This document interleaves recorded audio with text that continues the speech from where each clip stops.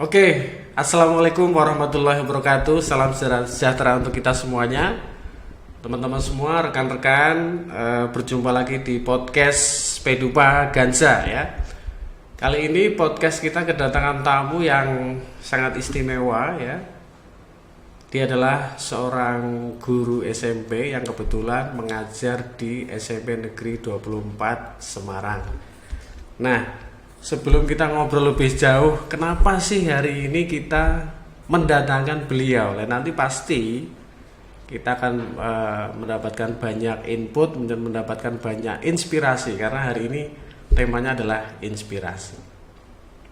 Saya bacakan profil beliau dulu sekilas, nanti kita akan kenalan lebih jauh dengan beliau. Yang pertama yaitu beliau adalah seorang perantau ya, jadi berasal dari asli kota Tegal ya, lahir di tanggal 20 Juni. Kemudian beliau kuliah di UNES ya di Semarang. Sekarang sudah berkeluarga, sudah bertempat tinggal di alamatnya di perumahan Payung Asri Pudak Payung. Nah, punya istri 1, anaknya sekarang 4. Nah, dan beliau memiliki usaha. Jadi selain guru, beliau juga punya usaha, yaitu owner dari Virus Collection sablon dan konveksi. Yang kedua adalah owner dari Visi Cannery Breeding ya. Pasti sudah penasaran ini teman-teman, ingin tahu ceritanya, langsung aja kita kenalan dengan Pak Aziz Maksum. Halo Pak Aziz. Ya, gimana kabarnya Pak? Alhamdulillah sehat dan insya Allah selalu sehat. Alhamdulillah. Ya, Pak Aziz ini kita datangkan di podcast Pedupa ini karena kita ingin tahu kisah perjalanan hidup Pak Aziz ya. Mungkin dimulai dari gimana perjalanan Pak Aziz setelah lulus SMA kemudian berkuliah di Semarang. Moga Pak Aziz. Ya, terima kasih Pak Andi pada kesempatan ini. Tadi sudah disampaikan di awal, saya Aziz dari Tegal. Jadi tadi disampaikan dari SMA ya. Jadi sebenarnya saya SMA lulus tahun 2005 Pak Andi. Tahun 2005. Nah, ini sebelum lulus itu saya tidak langsung kuliah. Jadi Bapak sebelum ujian persis itu 6 bulan sebelum ujian nasional waktu itu Bapak bilang, "Sis, sepertinya kamu nggak bisa kuliah di tahun ini dulu. Karena kakakmu baru aja mau lulus dari universitas. Kamu sabar dulu," gitu. Nah, semenjak itu saya pun pasti ada rasa sedih dan kecewa, sehingga ya itu kesalahan saya, itu ujian nasional pun saya nggak begitu sungguh-sungguh karena saya melihat atau mendengar kalimat itu gitu. Sehingga tahun 2005 saya lulus, saya itu boleh dibilang ya pengangguran ya, jadi orang yang tidak langsung kuliah, juga tidak kerja juga, hanya ya bantu orang tua sebisanya, orang tua jualan, orang tua usaha di rumah. Barulah tahun 2006 Pak Andi, 2006 itu saya memberanikan diri karena cita-cita awal saya ingin kuliah.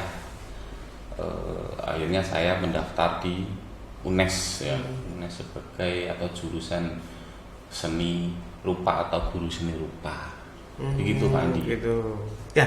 Kenapa Pak Aziz ini memilih seni rupa? Mungkin ada latar belakang atau cerita unik di belakangnya coba Iya, Pak. awalnya terus terang, saya pikir bayangan saya dulu tuh kuliah itu kan keren, bawa map, kemudian jadi manajer atau jadi direktur. Saya tuh milihnya sebenarnya manajemen waktu itu Pak Andi. Saya milih manajemen, kemudian ngambilnya di Universitas di Purwokerto waktu itu. Tapi kan waktu itu ada pilihan 3 ya, pilihan pertama manajemen, pilihan kedua juga manajemen juga, hampir sama mirip itu. Kemudian pilihan yang ketiga ini justru malah nggak sengaja. Ada teman yang lagi ngisi formulir, kemudian di siapa Mas? Seni rupa ya. Pendidikan seni rupa. Nanti jadi apa? Jadi guru seni rupa. Saya pikir, kebetulan saya kan bisa tuh di bidang seni rupa. Lalu pilihan 3 daripada tidak diisi atau bingung lah, terus saya pilih yang seni rupa. Lah malah ya Allah menakdirkan saya malah masuk di pilihan 3 itu Pak Andi. Jadi sebenarnya Pak Aziz ini malah menemukan, oh bakat saya ternyata seni rupa ya. Iya. Saya baru sadar ya ketika mau masuk kuliah ya, unik sekali ya. Oke, kemudian menjalani kuliah di UNES ya. Iya, UNES. betul. Kemudian ketika kuliah, Pak, itu hanya berangkat kuliah atau ada kegiatan lain atau mencoba untuk sesuatu yang baru gitu? Iya, jadi kuliah itu kan tadi dibiayai sama mas ya atau kakak ya. Dibiayai sama kakak, ya mungkin ada juga dari ayah atau orang tua ibu. Disitulah saya kan dijatah per bulan, sehingga dari kuliah itu ternyata kan kebutuhan di kuliah seni rupa itu tidak sedikit. Ada beli kanvas, beli cat, itu ternyata luar biasa banyak. Padahal waktu itu saya dijatah tahun 2006 itu satu bulannya 300.000 itu. 300.000 untuk makan pun kadang-kadang nggak cukup, belum beli yang lain. Ya dari situlah saya mulai mencari tambahan penghasilan ya. Jadi dari semester 2 mau 3 itu saya bikin les Pak Andi. Les, ikut les di lembaga kursus itu, kemudian saya jadi guru lesnya ya dari rumah ke rumah. Dari rumah ke rumah. Ngajarnya apa waktu itu? Ngajarnya melukis. Melukis dengan cat air, dengan krayon mewarnai. Dan karena memang belum punya ilmu banyak kan di semester 2, semester 3. Juga saya itu juga mungkin penjual bunga di wisudaan Pak Andi. Oh, jadi ketika ada wisuda, Pak Aziz datang ke situ jualan bunga. Lumayan ya Pak ya, walaupun nggak seberapa tapi lumayan lah gitu ya. Ada lah, karena memang saya melihat peluang nih, kelihatannya bisa nih dijadikan tempat untuk usaha. Jadi saya beli bunga di tempat yang jual bunga, kemudian dibawa ke lokasi wisuda. Waktu itu sayangnya hanya wisuda kan hanya 1 tahun 2 kali, sehingga kan ini tidak mungkin diteruskan karena tidak bisa dijagakan gitu. Ya dari situlah saya melihat proses wisuda ternyata seperti itu, biar untuk menyemangati saya juga biar cepat wisuda gitu Pak. Oke. Dan akhirnya lulus S1, terus sempat mencari pekerjaan atau langsung jadi guru, ini ceritanya gimana? Oke, jadi saya waktu itu juga sudah berpikir lulus kuliah saya kan Agustus, sementara tahun ajaran baru kan Juni sama Juli ya, bulan-bulan itulah. Kalau saya melamar pekerjaan setelah saya lulus, maka saya nunggu tahun berikutnya tuh. Nunggu tahun ajaran baru. Iya, dan waktu itu saya nggak mau nganggur gitu. Maka saya itu sebelum bulan Juni itu saya udah naruh lamaran di sekolahan-sekolahan kota Semarang gitu. Meskipun saya belum lulus, tapi saya pakai transkrip nilai semester 1 sampai 7 gitu. Harapannya ketika lulus langsung. Iya, harapannya ketika saya masuk di sekolah gitu, misalkan keterima, beberapa bulan kemudian saya ujian dan wisuda. Harapannya begitu. Itu Pak Andi. Kemudian mungkin diceritakan ya. Jadi Pak Aziz kan sekarang sudah jadi ASN ya. Sebelumnya kan jadi guru honorer lah. Itu tantangan atau yang terjadi apa sih sebenarnya ketika Pak Aziz ini menjadi guru honorer? Mungkin ada cerita-cerita yang unik, menarik yang mungkin bisa menginspirasi teman-teman di rumah. Iya. Baik Pak Andi. Jadi saya lulus kuliah juga alhamdulillah tepat waktu Pak Andi. Belum ada 4 tahun. Kemudian kerja juga tadi sebelum wisuda juga saya sudah masuk di kerja menjadi guru dan guru honorer ya statusnya waktu itu. Orang tua kan senang tuh habis wisuda anaknya, kemudian sudah menjadi guru. Tapi begitu di lapangan, ketika saya mendapat gaji pertama itu ternyata jauh dari ekspektasi ya. Jadi menjadi guru honorer waktu itu saya yakin guru-guru honorer juga pernah mengalami yang serupa. Jadi dari situlah sebenarnya saya sudah mendapat pekerjaan, tetapi saya belum mendapatkan penghasilan gitu Pak. Dari situlah saya ya mencari cara biar saya tetap jadi guru, tapi juga harus ada penghasilan yang lain. Biar apa? Biar kebutuhan tercukupi, terus orang tua di rumah bisa saya bantu kirimi. Kemudian saya masih punya adik 2 juga harus bantu kuliah. Saling membantu karena saya juga kan dibiayai sama kakak. Hampir full dibiayai kakak. Gitu kan. Berarti ketika menjadi guru honorer kemudian menikah dulu atau menjadi guru dulu nih ceritanya? Jadi guru 2 tahun. 2 tahun. Setelah itu menikah, memberanikan 2012 diri. 2012 saya menikah, 2010 masuk jadi guru. 2012 saya memberanikan diri untuk menikah. Betul. Karena mungkin ini cara, karena menikah itu kan menyatukan rezeki ya Pak. Membuka pintu rezeki. Menyatukan rezeki dan membuka rezeki. Itu saya coba tuh. 2012 saya menikah. Terus gimana setelah menikah? Setelah menikah, ya alhamdulillah mungkin seperti pasangan-pasangan lain ya. Jadi 1 bulan itu luar biasa bahagia. Mendekati 2 bulan ya masih bahagia. Nah itu 2 bulan kesananya Pak Andi. 2 bulan kesananya ini setiap kali saya bayaran, setiap kali saya terima bayaran, saya full tak kasihkan ke istri saya. Ya. Tapi memang bukannya senang, memang istri saya menangis, betul-betul menangis, keluar air mata menangis. Saya pun tanya kenapa kok menangis ya. Diceritakanlah karena dengan gaji segitu kemudian ditambah istri juga kebetulan honorer juga Pak Andi. Waktu itu iya, tahun 2012 masih honorer, sehingga secara matematis itu sangat kurang. Sangat kurang. Jadi disitulah mulai ada apa ya? Iya, mulai ada konflik ekonomi gitu Pak. Mungkin cobaan awal menikah. Jadi awal menikah itu ngontrak dulu, betul. Sudah di Semarang ya. Ngontrak dulu, kemudian kebanyakan memang cobaan rumah tangga itu di 5 tahun awal itu biasa begitu ya Pak ya, gitu, cobaan ekonomi. Kemudian bagaimana Pak Aziz dan istri menghadapi seperti itu? Artinya supaya tetap bertahan dan sama-sama saling support itu gimana? Ketika masa-masa itu? Iya, waktu itu masa-masa itu cukup lumayan Pak Andi. Jadi saya waktu itu juga mencari pekerjaan lain, maksudnya sampingan juga belum ketemu. Mungkin seandainya waktu itu tahun 2012 sudah ada ojek online, mungkin saya nyambi ojek online dengan semangat itu. Waktu itu belum ada, saya mau pak ojek manual juga, kebetulan kendaraan motor saya juga tidak kendaraan yang baru, sehingga akan mengalami kesulitan kalau untuk berboncengan, itu benar itu. Nah, kemudian istri juga hanya jadi guru saja waktu itu, sehingga memang kita ya mungkin satu tahun pertama itu memang ya menerima apa adanya. Jadi sabar dulu, karena banyak orang yang mengatakan sabar karena nanti ada rezeki dari jalan yang lain. Begitupun saya sampaikan sama istri bahwa ya memang secara matematis memang nggak mungkin nyanda, tapi kita kan percaya sama Allah, percaya ada Tuhan yang membuka jalannya rezeki. Memang kalau kita pikir ke depan itu aja belum dipikirkan, nanti kalau punya anak bagaimana, kebutuhannya bagaimana. Maka kalau dipikir sekarang akan mumet dulu gitu. Maka jalani dulu, yakin, bekerja sama, kemudian berdoa. Saya yakin ada jalan untuk memperbaiki ekonomi kita berdua. Saya pikir waktu itu. Dan alhamdulillah Pak Andi, waktu itu tahun 2013 akhir itu istri saya masuk di ASN Provinsi Jawa Tengah. Provinsi Jawa Tengah itu kondisi lagi hamil 8 bulan gitu. Jadi naik ke lantai berapa, 6 atau berapa waktu tes CAT pertama kali. Nah, itu alhamdulillah dari 450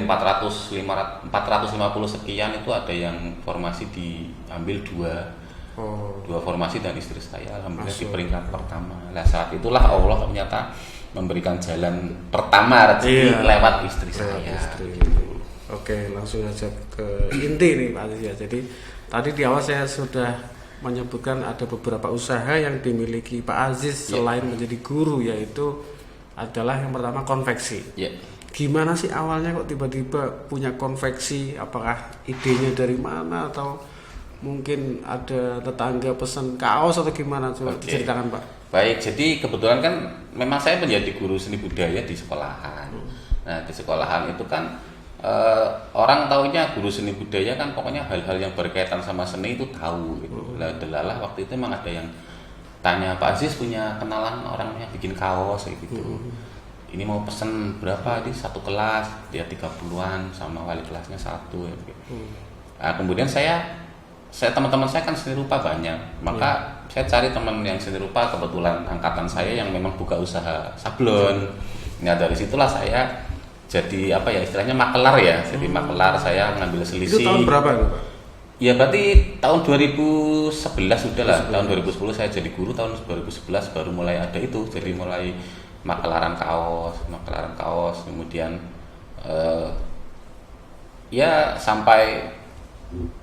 sampai cukup lama juga, sekitar 1 tahun itu.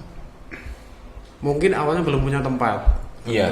Awalnya kan makelar itu Pak Andi. Kemudian suatu ketika saya pesen kaos di orang lain. Kemudian itu yang saya takutkan itu hari Minggu mau dipakai. Itu Minggu jam 6 baru dikirim. Nah itu yang saya takutkan. Maka saya pikir kenapa enggak saya sendiri nih yang bikin gitu. Saya juga sama-sama seni rupa gitu. Nah, dari situlah saya mulai belajar dari YouTube, dari Facebook, dari Google. Waktu itu lebih banyak kan dari Google. Saya belajar. Meskipun di kuliah itu ada pembelajaran itu 1 SKS, 3 SKS. 1 semester tapi kurang cukup. Secara praktikumnya saya belajar terus dengan ada modal sedikit waktu itu sekitar 600 sampai 1 juta itu saya beli alat seadanya. Ada. Dan pelanggan pertama saya itu ya murid saya sendiri Pak Andi. Waktu itu saya masih ingat itu ada fansnya Cowboy Junior itu. Fansnya Cowboy Junior itu pesan kaos yang tulisannya itu nama fansnya sendiri. Cowboy Junior itu kan namanya ada siapa aja tuh. Jadi ada gambarnya siluet, kemudian ada dinamain satu-satu waktu itu. Itu kaosnya saya beli online Pak Andi. Beli online, saya sablon sendiri. Dan waktu itu untung ya tidak untung. Karena waktu saya bikin screen sablon itu 2 kali gagal, 1 kali baru berhasil. Jadi ketika kaosnya jadi dihitung-hitung rugi saya. Masih ada try and error gitu ya. Iya, pertama kali saya bikin screen itu gagal itu. 3 kali baru berhasil. Nah, itu pertama kali ada orang yang pesan dan itu kaosnya masih pesan online. Iya. Dan sampai sekarang tempat konveksinya sudah punya tempat sendiri. Ya. Seiring berjalan waktu, banyak pesanan gitu, mungkin bisa ceritakan Pak perkembangannya. Ya, baik. Jadi setelah itu ini juga kendala pada saat beli kaos online. Beli kaos online itu tidak ada yang sesuai dengan permintaan. Misalkan warna reglan, yang satunya warnanya kuning, satunya warnanya biru, atau size yang besar atau size yang kecil, size bayi itu kan tidak ada di online yang sama warnanya, yang sama bahannya. Sehingga saya mikir kenapa nggak bikin sendiri gitu. Akhirnya saya cari toko-toko kain di Semarang. Kemudian saya kan nggak bisa jahit jelas karena kegiatan saya guru, maka saya cari konveksi di sekitar Semarang ya. Untuk saya naruh bahan dijahitkan dengan ukuran yang sudah ada. Itu saya pertama kali juga begitu, bikin kaos, naruh bahan, jadi saya ambil, saya sablon. Gitu. Setelah itu ya kembali lagi itu ada permasalahan lagi. Jadi sehari sebelum saya sablon itu barang belum jadi. Gitu. Ya awal-awal kan biasa ya lancar aja begitu sih. Pak itu besok mau tak sablon 2 hari lagi mau saya kirim, ternyata belum bisa. Akhirnya ya ini juga cerita pada saat saya duduk menunggu di konveksi Semarang itu, di tempat konveksi itu ada orang yang datang, kebetulan beliau juga lagi merintis, ex garment ya, jadi alumni garment itu. Kemudian cerita-cerita dengan kondisi saya seperti ini, dengan saya lagi merintis, dan ternyata beliau juga lagi merintis. Gitu. Akhirnya saat itu menjadi pertemuan yang sampai sekarang menjadi keluarga. Jadi rekan lah ya. Jadi rekan kerja, jadi keluarga. Waktu itu akhirnya saya kerja sama orang-orang yang sama-sama nunggu gitu loh. Saya lagi sampai sekarang. Sampai sekarang. Jadi waktu itu dia ex garment, saya sablon, maka kerjasama saya beli bahan, beliau yang jahit, saya yang nyablon. Saya beli bahan, beliau yang jahit, saya sablon. Dari awal pertama bikin kaos sampai semua bisa asal jahit menjahit. Sampai sekarang alhamdulillah. Memang relasi itu salah satu faktor juga ya dalam kita membuat usaha supaya semakin berkembang. Nah, tadi kan saya di awal juga sempat ngobrol sebentar dengan Pak Aziz. Sekarang konveksinya sudah punya tempat sendiri dan punya karyawan 4. Berarti sudah bisa menggaji orang dan membuka lapangan pekerjaan. Alhamdulillah. Nah, mungkin penonton juga pengen tahu Pak, kira-kira omset bersihnya per bulan itu rentang berapa sih Pak supaya menjadi inspirasi ini? Ya kalau pasti kan tidak pasti Pak, karena kan tiap bulan beda-beda. Ada kadang bagus, rame, kadang juga surut.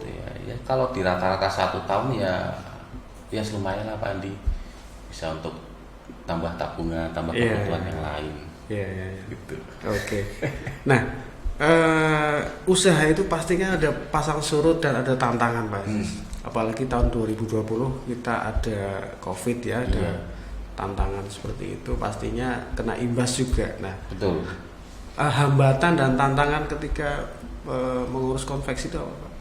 Baik, jadi waktu COVID itu juga mungkin tidak hanya saya ya, semua pemilik usaha itu mengalami sesuatu yang turun ya. Jadi pada saat tahun pertama ada COVID itu, konveksi saya betul-betul tidak ada pesanan Pak. Sebulan, 2 bulan, 3 bulan ke depan. Bahkan saya rekap di buku batik besar itu 1 tahun itu penghasilan 1 tahun hanya 10 juta sekian, dan itu hanya bisa saya mampu untuk bayar kontrakan. Bahkan orang saya yang saya jahit di situ di tempat saya, artinya menjahit dari pagi sampai full di situ, itu saya persilahkan untuk mencari kerjaan di luar karena di saya itu tidak mungkin bisa mencukupi kebutuhan. Gitu. Maka akhirnya di tahun berikutnya kebetulan saudara saya sendiri Pak Andi yang jahit itu kerja di garment. Jadi garment kemudian sampai sekarang. Oke, Pak Aziz, kita beralih ngobrol ke canary ya. Kenari ya. Ini kenari merah yang dikembangbiakan oleh Pak Aziz. Ya. Itu saya lihat juga mengalami perkembangan signifikan. Nah, awalnya kok bisa menjual kanari ini, kenari ya, visi kanari. Iya. Itu breeding berarti kan ternak ya. Mungkin ceritakan monggo. Jadi awal mula kenari memang saya kan dari kecil mungkin suka sama binatang-binatang ternak peliharaan gitu ya tadi. Untuk kenari ya sudah lama saya memelihara, hanya saja mungkin brand saya itu kenari merah atau merah lokal itu juga berawal dari COVID ya. Jadi di COVID itu kan banyak orang yang suka, yang beralih kesukaan misalkan dari kemudian ke waktu itu saya kalau perhatikan ke bunga, ikan sama burung atau binatang piaraan. Nah dari situ saya melihat peluang nih, ini sepertinya bagus untuk dikembangkan. Sebelumnya saya kenari yang biasa juga berjalan lancar Pak Andi, hanya saja harganya naik turun. Sedangkan yang kenari merah itu harganya bagus. Saya kembangkan stabil di tahun 2020. Saya mulai beternak kenari merah dan alhamdulillah sampai sekarang berhasil, dan ya mungkin sudah banyak orang yang sudah paham dengan kenari merah di Semarang, Jawa Tengah, divisi kanari itu. Iya. Pastinya ada tantangan juga dalam hal ternak kenari ini. Mungkin dulu pernah mengalami kerugian atau mati atau gimana Pak? Kalau selama ini saya breeding di kenari nggak pernah rugi Pak Andi. Jadi saya juga punya buku batik besar itu. Setiap bulannya saya rekap berapa pemasukan, berapa pengeluaran, termasuk kalau ada kenari yang mati saya anggap itu adalah pengeluaran. Gitu. Ya misalkan kenarinya beli ya, misalkan kita indukan beli, siapan juga beli. Ketika mati saya masuk di kolom pengeluaran. Kalau jual laba masuknya di pemasukan. Gitu. Tiap bulan saya garis tutup, saya rekap. Nah di situ alhamdulillah sampai sekarang itu di kenari itu saya belum pernah rugi. Alhamdulillah. Berarti lebih mudah ya, lebih minim risiko berarti ya ceritanya. Nah, sepertinya kenari ini kan, kenari merah ini kan juga dijual nggak cuma di dalam kota Pak, di luar kota juga. Itu gimana cara jenengan memasarkan atau promonya itu gimana? Promonya awal-awal kan di Facebook Pak Andi. Di Facebook, kemudian Facebook juga banyak orang yang WA. Lah disitulah setiap kali orang WA saya simpan namanya. Saya simpan namanya dengan harapan ketika saya bikin story itu orang penasaran tuh. Kemudian tanya, dan disitulah saya promonya di situ. Kemudian juga kebetulan ada YouTuber besar kenari di Semarang itu yang meliput kandang saya 2 kali, dan setelah itu alhamdulillah makin dikenal, bahkan itu kiriman sampai ke luar pulau. Iya begitu. Oke, terima kasih. Menginspirasi sekali Pak Aziz ceritanya tentang usaha ini ya. Kemudian saya ingin tahu Pak Aziz, ini Pak Aziz kan sebagai guru seni budaya di SMP Negeri 24 Semarang lah. Tentunya Pak Aziz sebagai seorang guru kan harus bagi waktu antara tugas utama sebagai guru dan punya usaha sampingan. Nah, efeknya atau harapan jenengan sebagai individu, saya punya usaha juga sebagai seorang guru untuk murid-murid kita, itu gimana Pak? Ya pastinya di bidang konveksi itu juga ada relevansinya dengan pembelajaran ya. Kebetulan di kurikulum itu ada pembelajaran seni grafis atau sablon di kelas 9 sebelum kurikulum merdeka. Setelah kurikulum merdeka sepertinya sudah tidak ada. Lah dari situlah kan ketika saya menerangkan ke siswa bahwa sablon itu begini, nanti kalau kamu kembangkan jadi begini. Ketika saya tampilkan di slide proyektor bahwa ini karya saya sudah sampai bahkan sampai keluar Indonesia, itu maka siswa akan lebih yakin daripada dan terinspirasi. Iya, yakin dan terinspirasi. Itu sih istilahnya ketika Pak Aziz cerita di kelas, setidaknya mereka melihat gimana teorinya, gimana prakteknya, bahkan Pak Aziz sudah mempraktekkan dan hasilnya juga ada. Karena memang anak-anak usia sekolah sekarang juga harus dibekali dengan keterampilan. Betul. Dibekali dengan soft skill untuk bekal mereka kelak. Nah, Pak Aziz, mungkin ini yang pertanyaan yang cukup menarik ya. Jadi masa-masa sulit atau titik terendah Pak Aziz itu di saat apa? Mungkin ketika jatuh bangun. Iya, titik terendah saya ya itu tadi Pak, 2 tahun setelah menikah, 2 bulan setelah menikah itu saya merasa menjadi orang yang ya di bawah ya, yang memang harus betul-betul butuh bantuan, butuh pekerjaan yang lebih, butuh pemasukan. Itu sih titik terendah saya pikir itu. Ketika usaha sudah mulai berjalan, ada kan sedikit-sedikit pemasukan. Kemudian juga seiring berjalannya waktu menjadi guru dengan sabar, ternyata saya dikasih oleh-oleh PPG. PPG waktu itu saya pikir ketika saya lagi bagus-bagusnya di konveksi tahun 2016-17 itu lagi maju-majunya saya itu, saya masih berpikir apakah saya harus meneruskan saya sebagai guru nih, sedangkan dari guru honorer segitu pendapatan saya, sedangkan dari konveksi segini banyak gitu. Saat itu saya sempat berpikir apakah saya tak berhenti aja jadi guru waktu itu. Betul, itu malah saya waktu itu kan 6 hari kerja, saya minta jamnya di sana cuma 4 hari aja. 2 hari saya biar fokus di usaha di rumah. Tetapi Allah juga menunjukkan karena memang niat saya sudah pengen menjadi guru dari awal, kemudian saya dioleh-olehi PPG tahun 2019 Mandi. Dari situlah memang saya berpikir saya tetap harus jadi guru. 2019 saya jadi PPG. Berarti sempat mau melepas profesi guru. Sempat mau melepas. Ketika melihat pendapatan waktu itu ya, karena jadi pengusaha itu ya. Jadi pengusaha ternyata banyak dan enak. Tetapi ya tidak juga, saya pikir sampai sekarang. Coba waktu itu saya berhenti jadi guru, kemudian ada corona. 2 tahun saya harus bagaimana itu. Betul. Kemudian saya dioleh PPG sertifikasi, alhamdulillah ada pendapatan lagi kan dari sertifikasi. Pemerintah juga memikirkan guru honorer di sekolah swasta, sehingga waktu itu ada tambahan lagi, rezeki lagi Pak Andi.